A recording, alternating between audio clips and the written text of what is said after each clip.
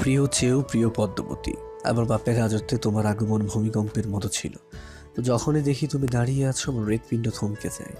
চোখের সামনে 6 বছরে গড়ে তোলা ভারী দেওয়াল ভেঙে চুরমার হয়ে যায়। আমার চোখের মনি পদ্ম যায়। তোমার দুই চোখের অবিশ্বাস্য চাহনি আমাকে ছিন্ন ভিন্ন করে তোলে।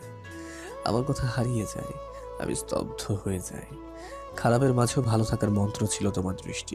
সে দৃষ্টিতে যখন ঘৃণা দেখতে পাই, আমার বুকটা পুড়ে যায়, আমার মস্তিষ্ক ফেটে যায়। তোমার আহত মুখশ্রী দেখে আমার শরীরের চামড়া ঝলসে যায়। তোমার চোখের জল দেখে সমুদ্র আছড়ে পড়ে মাথার উপরে। আমার মিথ্যাচার আর আমার প্রতারণা তোমাকে কষ্টের ভুবনে ছুঁড়ে ফেলে। বিষাদের ছায়া ঢেকে যায় তোমার চোখ। সেই বিষাদটুকু মুছে দেওয়ার অধিকার আমি হারিয়ে ফেলি। যদি পারতাম আকাশের মেঘ হয়ে তোমার কাজল কালো আঁখি ছুঁয়ে সব ডুবে বিষাদ ধুয়ে মুছে সাফ করে দিতাম। আমার প্রথম ও শেষ ভালোবাসা।